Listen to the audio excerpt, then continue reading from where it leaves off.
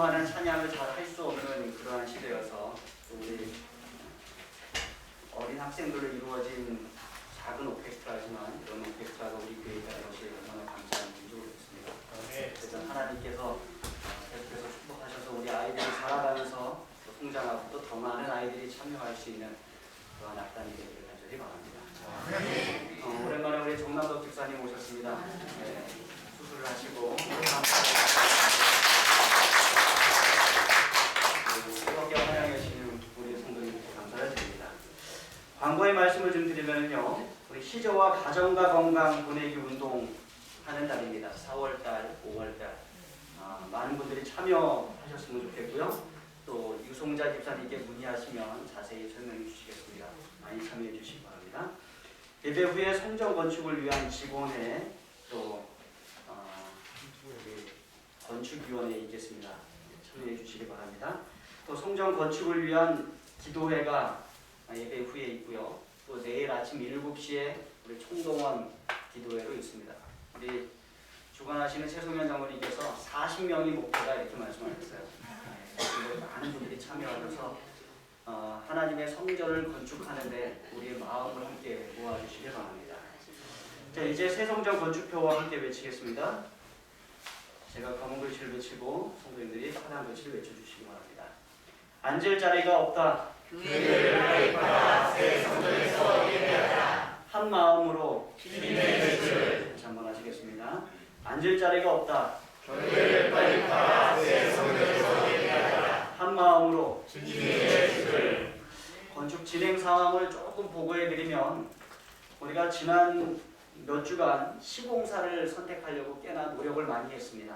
5곳의 시공사에 견적을 의뢰하고 또 그 견적들을 비교하면서 될 수 있으면 빨리 이것을 결정해서 시작하려고 노력을 했는데 상당히 쉽지 않은 일들이었습니다. 한때는 이쪽으로 마음이 기울었다가 또 다른 때는 이쪽으로 마음이 들었다가 저 자신도 그런 것들을 좀 많이 발견하게 되었습니다.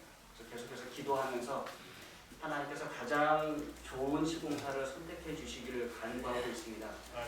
오늘 오후에는 선택될 수 있도록 성도님들과 함께 기도해 주시기 바랍니다. 이제 오늘 말씀 데살로니가전서 4장 3절로 8절에 있는 말씀을 다시 한번 교독하도록 하겠습니다. 제가 홀수절을 읽고요. 성도님들이 짝수절을 읽어주시기 바랍니다. 하나님의 뜻은 이것이니 너희의 거룩함이라 곧 음란을 버리고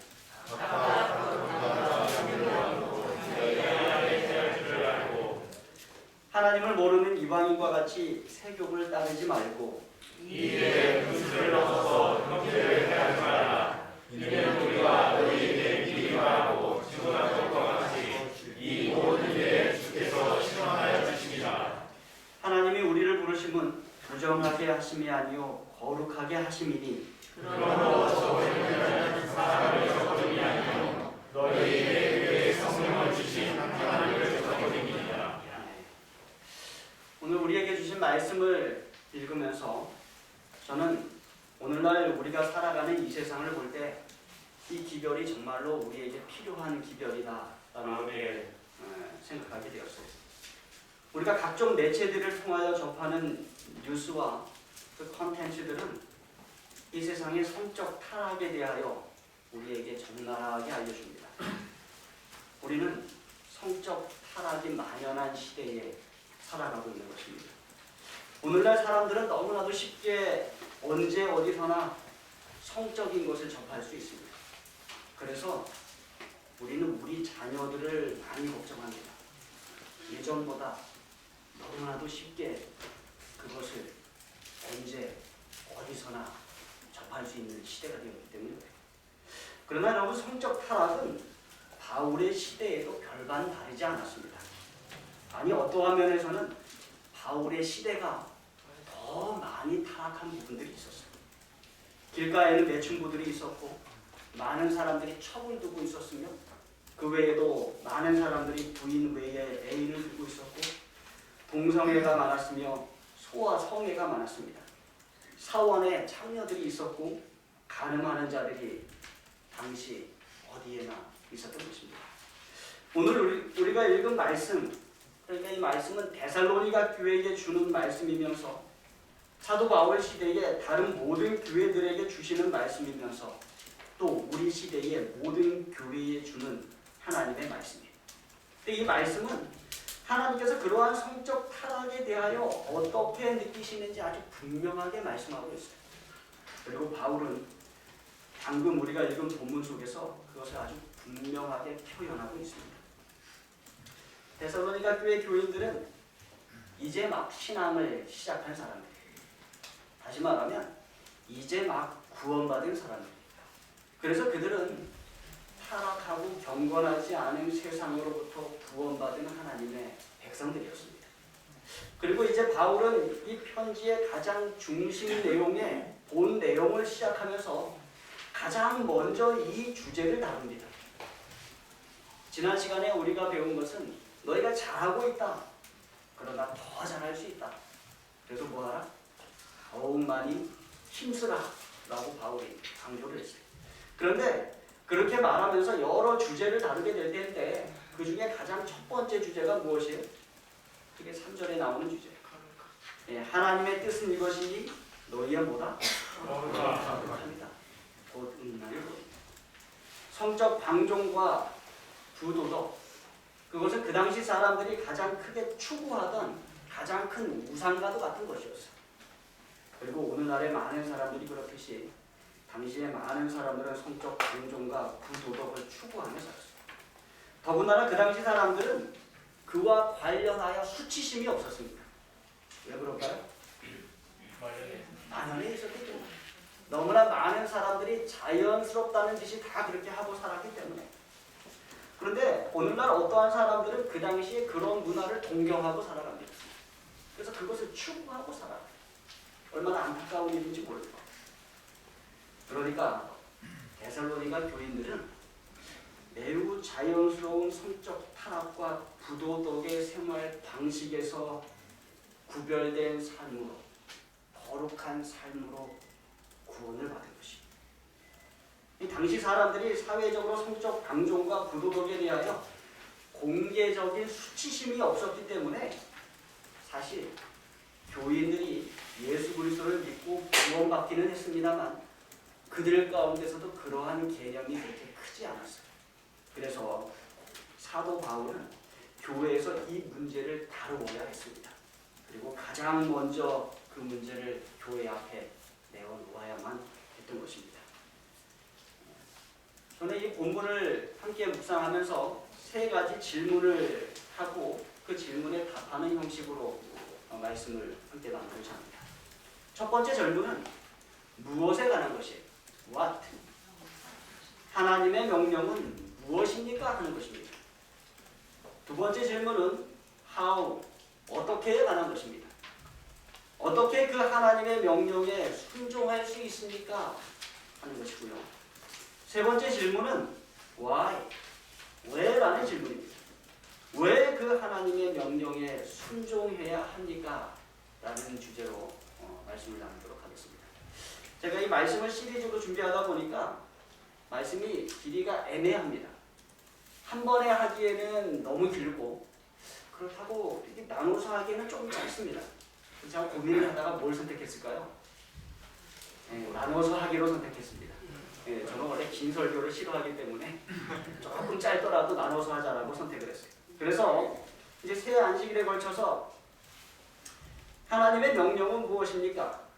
어떻게 그 하나님의 명령에 순종해야 합니까? 또 왜 그 하나님의 명령에 순종해야 합니까? 이 문제들에 대하여 질문하고 답할 때 짧지만 그것에 대하여 아주 분명하게 이렇게 말씀을 나누는 시간을 갖도록 하겠습니다. 먼저 오늘은 첫 번째 시간으로 하나님의 명령은 무엇입니까? 라는 것이 3절 말씀을 다시 읽겠습니다. 시작. 하나님의 뜻은 이것이니 너희의 거룩함이라 곧 나를 보고. 그러니까 이 성경절에서 우리가 발견할 수 있는 것은 우리를 향한 하나님의 뜻, 하나님의 명령은 무엇이라고 말해요? 거룩함. 네, 우리의 거룩함이라고 말합니다. 거룩함이란 따로 떼어놓는 것입니다. 구별하는 것입니다. 그러니까 죄로부터 분리되는 것입니다. 하나님의 뜻은 이것이니 너희의 거룩함이라. 이 명령은요, 데살로니가전서 4장과 5장 전체를 듣는 전체적인 명령으로 이 책 가운데 나타납니다.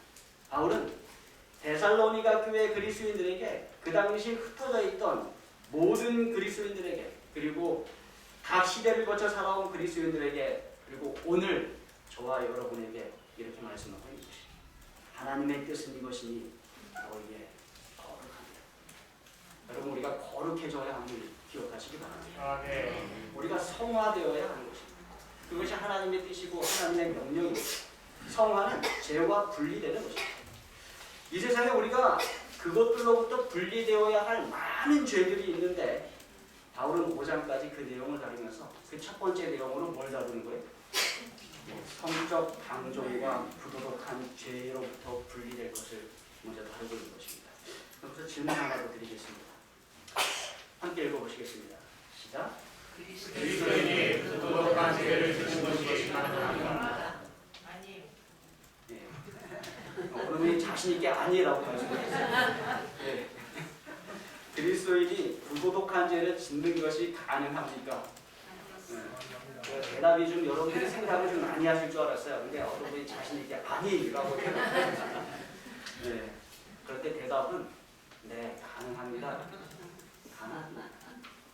오늘날 우리는 그리스도인으로서 그리스도인이라고 하는 많은 다른 사람들, 특별히 목사들의 부도덕한 죄로 인하여 고통을 당하고 있어요. 그들이 비록 우리 교단의 목사들은 아니지만 세상 사람들은 그들과 우리를 구별하지 못합니다. 그래서 목사는 다 똑같은 목사인 줄 알아요. 그래서 우리가 고통을 당하는 것입니다. 여러분 뉴스에서 이 목사들의 부도덕한 그러한 성적 방종의 기사나 여러 가지 안 좋은 기사들을 읽으실 때 마음이 아프십니까?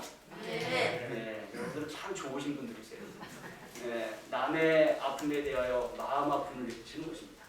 근데 여러분 그런 기사들을 읽으실 때 여러분이 느끼는 거하고 이 목회자들이 느껴야 하는 고통하고 비교를 좀 해보신 적이 있으세요?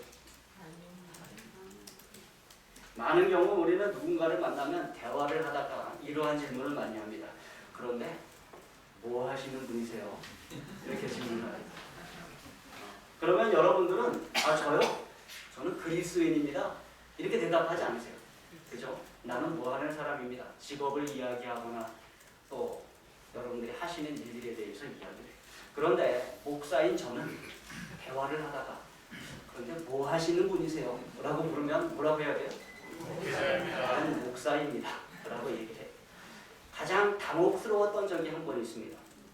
제가 찬영이가 어릴 때인데 병원을 갔다가 운전을 하고 나오면서 좀 급하게 자회전을 했어요. 그런데 거기 경찰차가 있는 거예요. 그러고는 저를 오라고 부르는 것이죠. 그러고는 이제 신호 위반을 하셨습니다. 이렇게 얘기를 하는 건데 제가 솔직히 신호를 잘 못 봤어요. 근데 거기서 여러 질문하다가 뭐라 그러는지 아세요? 근데 뭐 하시는 분이세요? 경찰관이 물어봅니다. 뭐라고 대답해야 되는데? 네, 제가 목사입니다. 이렇게 대답을 했더니 그 경찰관이 참 너그러우신 분이었어요. 아 목사님이시네요. 이번에는 봐드리지만 다음에 그렇게 하시면 안 돼요. 그래서 제가 용서를 받았던 기억이 있습니다. 목사이어서 좋았던 기억입니다. 그런데 어떠한 경우에는 뭐하다 질문을 받으면 상당히 당혹스럽게 느껴지는 때가 있습니다. 목사인데 목사로서 하지 말아야 될 일을 하다가 걸리면 어떻게 될까요? 이거는 상당히 목사라고 대답하기가 참 어려운 그런 때입니다. 네. 그래서 여러분 저는 언제나 뭐 하는 분입니까? 라고 물을 때 반드시 제 신앙을 먼저 나타낼 수밖에 없는 그러한 위치에 있어요. 그래서 많은 분들이 제가 목사라고 하는 이야기를 하면 여전히 존중해 주시는 많은 분들을 보게 됩니다. 그런데 요즘과 같이 다른 교단의 이런 목사님들이 성적인 죄를 많이 짓고 다른 잘못들을 많이 해서 매스컴에 많이 오르락내리락 할 때 그러한 질문을 받게 되면 참 대답하기가 꺼려집니다. 그래서 뭐 하는 분이십니까? 대화를 하다가 제가 목사입니다. 고운동에 있는 세종행복교회 제7일 안식일 예수제림교 세종행복교회 목사입니다. 라고 얘기를 하면 많은 분들이 참 존중을 표하면서 잘 대해 주십니다. 근데 제가 그럼에도 불구하고 걱정이 돼요. 왜 그렇습니까? 그분들이 겉으로는 그렇게 존중을 표해 주시지만 속으로는 어떻게 생각하실까 봐? 아, 목사구나. 그렇게 생각하실까 봐 상당히 걱정이 되는 것입니다. 다시 한번 지금 질문을 드려요. 그리스도인이 부도덕한 죄를 짓는 것이 가능합니까? 네. 가능합니다. 그리스도인이 부도덕한 죄를 짓는 것이 얼마든지 있을 수 있어요. 안타까운 것은 오늘날 많은 그리스도인들이 부도덕한 죄를 짓고 뉴스에 그분이 장로다, 그분이 집사다라고 나오지 않을 뿐이지 수많은 그리스도인들이 죄를 짓고 심지어는 많은 목사들이 그러한 죄를 짓고 있는 것입니다. 그러나 여러분, 이것이 우리 시대만의 일은 아니었다는 것입니다. 바울 시대에도 그랬다는 것입니다. 이 바울 서신을 좀 살펴보면 고린도 교회가 특별히 그러한 문제들을 크게 안고 있었습니다. 고린도 교회를 좀 살펴보겠습니다. 고린도전서 1장 4절로 7절에 있는 말씀 먼저 봉독하겠습니다. 제가 짝푸절 읽고 훌절 읽어주십시오. 그리스도 예수 안에서 너희에게 주신 하나님의 은혜로 말미암아 내가 너희를 위하여 항상 하나님께 감사하노니 이는 너희가 그 안에서 모든 일, 곧 모든 언변과 모든 지식의 풍족함으로 그리스도의 증거가 너희 중에 견고하게 되어 너희가 모든 은혜에 부족함이 없이 우리 주 예수 그리스도의 나타나심을 기다리며 이 바울의 말을 조금 더 쉽게 설명을 해드리면 바울은 이렇게 말하고 있는 것입니다. 나는 그리스도 예수님을 통해 여러분에게 은혜를 주신 하나님께 늘 감사하고 있습니다. 이것은 여러분이 그리스도 안에서 말과 지식을 포함하여 모든 일에 풍성한 복을 받았기 때문입니다. 그래서 여러분은 그리스도에 대하여 증거한 말씀을 굳게 믿고 모든 영적인 축복을 누리면서 다시 오실 주 예수 그리스도를 기다리고 있습니다. 여러분, 한 교회 또는 그리스도인에게 대하여 이것이 얼마나 큰 축복의 말씀이고 또 감사의 말씀입니다. 그런데 이렇게 편지를 칭찬으로 시작한 바울은 그 같은 편지를 써내려가면서 그들 가운데 있는 성적 타락과 부도덕에 대하여 아주 강하게 이야기를 합니다. 고린도전서 5장 1절의 말씀 함께 읽겠습니다. 시작. 너희 중에 심지어 은혜인 자들이 그런 은혜는 이방인 중에서도 없는 것이다. 누가 그 아버지의 아들을 취하였다 하는도다. 놀라운 성적 방종이 그 교회에 있었다라고 바울은 이야기합니다. 바울은 질타하기를 그런 은혜는 이방인 중에서도 없는 것이다. 그런데 너희 교회에 그것이 있느냐? 6장 16절에 17절입니다. 18절까지입니다. 제가 16절 읽고 17절 읽으십시오. 18절 함께 읽겠습니다. 창녀와 합하는 자는 그와 한 몸인 줄을 알지 못하느냐? 일러스되 둘이 한 육체가 된다 하셨나니 18절입니다. 음행을 피하라. 사람이 범하는 죄마다 몸 밖에 있거니와 음행하는 자는 자기 몸의 죄를 범하느니라. 바울이 그들 가운데 매춘이 있었음에 대해서도 언급을 합니다. 하나님과 합하는 것은 하나님 안으로 들어가서 하나님과 하나 되는 것이지만 창녀와 합하는 것은 그의 몸이 창녀의 몸과 같이 되는 것이라고 바울은 아주 강하게 이야기합니다. 따라서 음행을 피하라. 사람이 범하는 모든 죄는 다 어디 있어요? 이게 다 몸 밖에 있는 것이지만 음행은 어디에 저질러지는 것이다? 자기 몸에 저질러지는 것이다. 음행을 피하라. 그만큼 음행이 심각한 죄라고 바울이 이야기하고 있어요. 고린도전서 10장 1절로 5절에 있는 말씀도 함께 보겠습니다. 1절로 4절 먼저 읽겠습니다. 제가 홀수절, 짝수절 읽어주십시오. 형제들아, 나는 너희가 알지 못하기를 원하지 아니하노니 우리 조상들이 다 구름 아래에 있고 바다 가운데로 지나며 모세에게 속하여 다 물과 바다에서 신뢰를 받고 다 같은 신령한 음식을 먹으며 같은 신령한 물배를 탔으니 이는 그들을 따르는 신령한 반석으로부터 마침내 그 반석은 곧 그리스도시라. 5절과 8절 읽겠습니다. 5절 제가. 그러나 그들의 다수를 하나님이 기뻐하지 아니하셨으므로 그들이 광야에서 멸망을 받았느니라. 그 중에 어떤 사람들이 우리나라가 악에 임한 상처적인 소단이 우리는 그들과 같이 주변하노이다.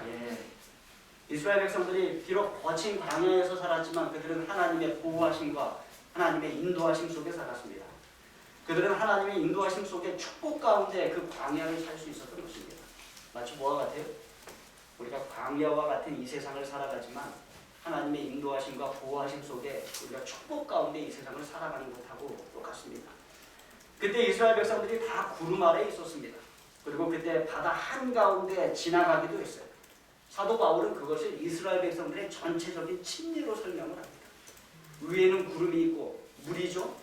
좌우에도 물이 있습니다. 그들이 물로 둘러싸인 것입니다. 그래서 그들이 하나님의 인도하심 속에 홍해 바다를 건너갈 때, 애국 세상에서 나와 홍해 바다를 건너갈 때 그 가운데서 그들이 뭘 받은 것이에요? 침례를 받은 것이에요. 그렇게 해서 그들이 하나님의 자녀가 된 것입니다. 그리고 거듭난 그들은 신령한 음식을 먹었어요. 하나님께서 무엇을 주셨습니까? 만나를 주셨어요. 하늘의 음식을 그들에게 주셨습니다. 그리고 그들이 신령한 음료를 마셨습니다. 어떠한 음료를 마셨어요? 예수님을 상징하는 반석에서 나오는 물을 그들이 마셨어요. 거듭나서 하나님께서 주신 음식과 하나님께서 주신 물을 먹으면서 그들이 살았던 것입니다. 그러나 그들 중 많은 사람들이 광야에서 자신들의 죄로 말미암아 멸망을 받았습니다. 그런데 그 중에 무슨 죄가 있다? 음행이 있다. 어떠한 사람들이 음행하다가 하루에 몇 명이 죽었다? 2만 3천 명이 죽었다. 정말 많은 숫자예요. 이게 하나님의 백성들 가운데서 있었던 일입니다. 그들이 하나님의 인도하심으로 구원받았던 이스라엘 백성이었는데 그들 가운데 음행이 있었고 그로 말미암아 많은 사람들이 죽었다. 그러니까 그리스도인도 부도덕한 죄에 빠질 수 있다. 하나님의 백성도 부도덕한 죄에 빠질 수 있다라고 성경은 우리에게 경고하는 것입니다. 따라서 데살로니가 교회에 주셨던 하나님의 명령이 고린도 교회에도 주어집니다. 우리는 그들과 같이 음행하지 말자. 여러분, 이것은 바울이 하나님을 믿는 사람들에게 하고 있는 말이에요. 하나님을 믿지 않는 사람들에게 이렇게 말하는 것은 아무 소용이 없습니다. 그들이 잘 듣지도 않을 뿐더러 혹 듣는다고 해서 그들이 거룩함을 추구한다 할지라도 그것이 그들과 하나님에게 아무 유익이 없어요. 왜 그렇습니까? 그들이 결국에는 멸망하는 자들이기 때문에. 그래서 거룩함을 추구하기보다 가장 먼저 있어야 할 것은 하나님의 자녀로 거듭나는 일입니다. 구원받고 그 다음에 우리는 거룩함을 추구하며 살아가는 하나님의 백성이 되어야 하는 것입니다. 어찌되었든 간에 그리스도인들에게 하시는 하나님의 명령은 우리는 그들과 같이 음행하지 말자라는 겁니다. 고린도전서 6장에 있는 말씀입니다. 9절 제가 읽고 10절을 읽어주시기 바랍니다. 불의한 자가 하나님의 나라를 유업으로 받지 못할 줄을 알지 못하느냐. 미혹을 받지 말라.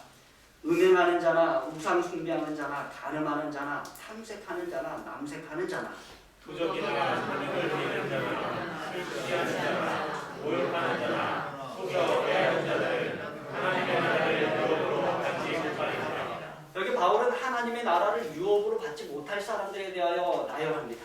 불의한 자, 음행하는 자, 우상 숭배하는 자, 간음하는 자, 탐색, 동성애를 하는 자들입니다.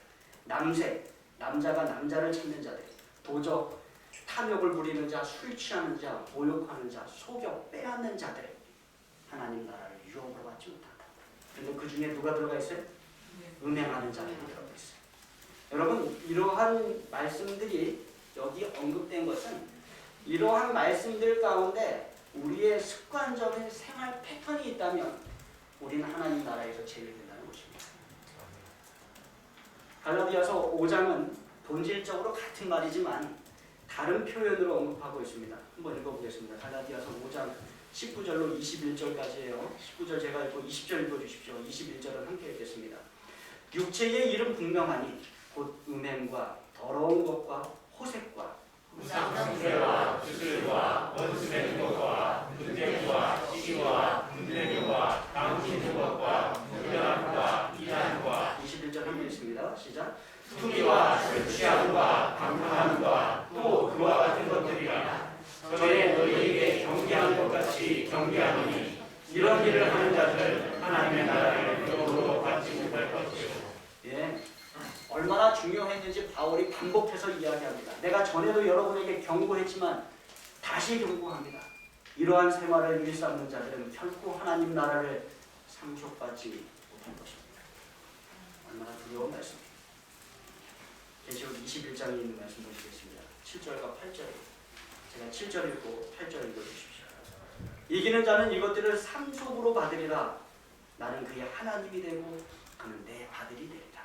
그러나 두려워하는 자들과 믿지 아니하는 자들과 흉악하는 자들과 살인자들과 음행하는 자들과 점술가들과 우상 숭배자들과 거짓말하는 모든 자들을 불과 유황으로 타는 곳에 던져주리니 이것이 둘째 사망이라. 여기 영원한 사망, 둘째 사망을 당할 사람들에 대하여 나열합니다. 두려워하는 자들, 믿지 않는 자들, 흉악한 자들, 살인자들, 음행하는 자들, 점술가들, 우상숭배자들, 거짓말하는 모든 자들 다 둘째 사망에 당할 것이다. 그 가운데 누가 있어요? 음행하는 자들이 있어요. 그러나 7절의 말씀이 우리에게 상당히 위안이 됩니다. 그러나 이기는 자들은 하나님의 나라를 상속받을 것인데 나는 그의 하나님이 되고 그는 내 자녀가 되리라. 아멘. 요한계시록 22장 15절의 말씀입니다. 함께 있습니다. 시작. 개들과 점술자들과 음행하는 자들과 살인자들과 우상 숭배자들과 및 거짓말을 좋아하며 지어지는 자는 다 천국 밖에 있으리라. 여기 언급된 목록들이 우리의 생활 습관 가운데 하나가 있다면 우리는 하나님 나라의 일원이 될 수 없습니다. 이곳에는 음행하는 자들이 하나님의 성 밖에 있는 사람들과 같은 부류로 취급이 돼요.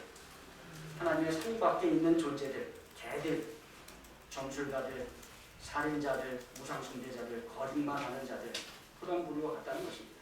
그들은 하나님 나라의 백성이 될 수 없다는 것입니다.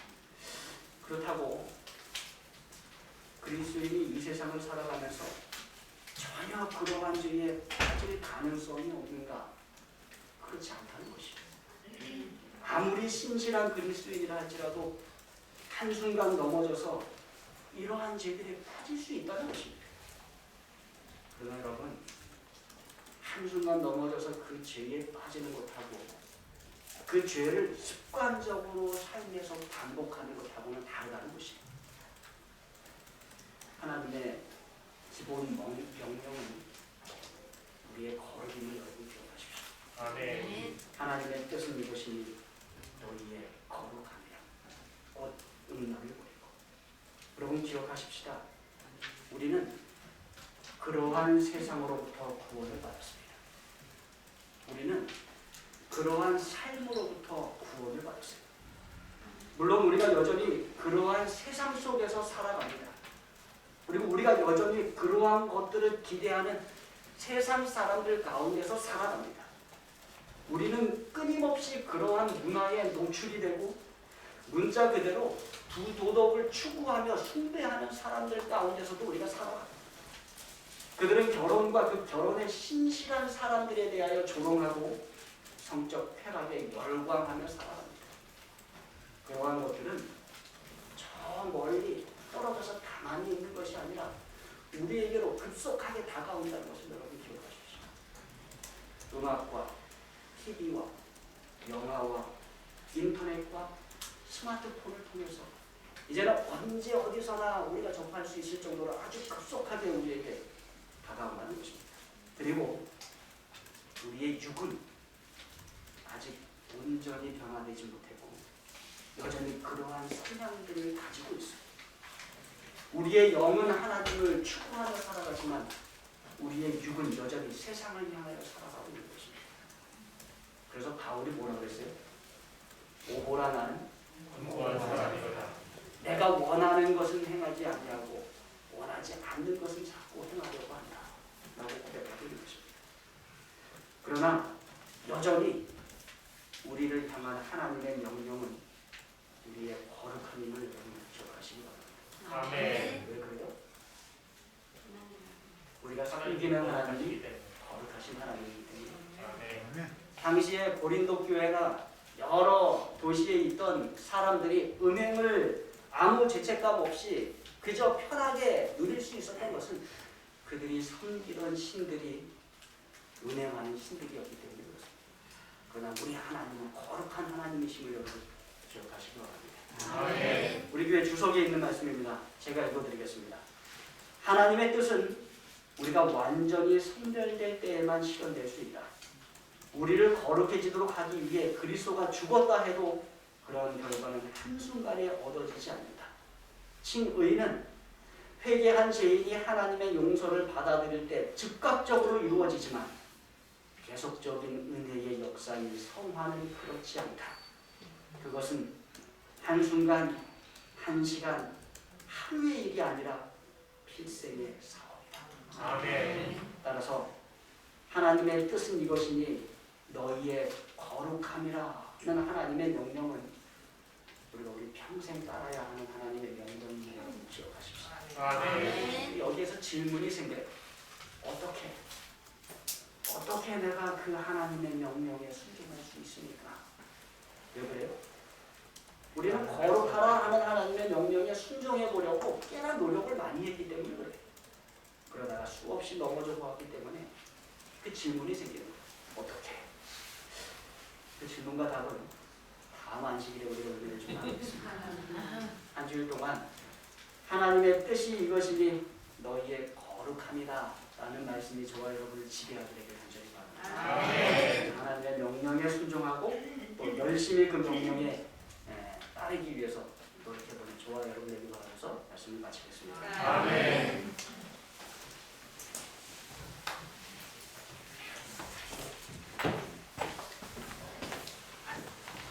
헌금에 관한 권위는 감사로 세상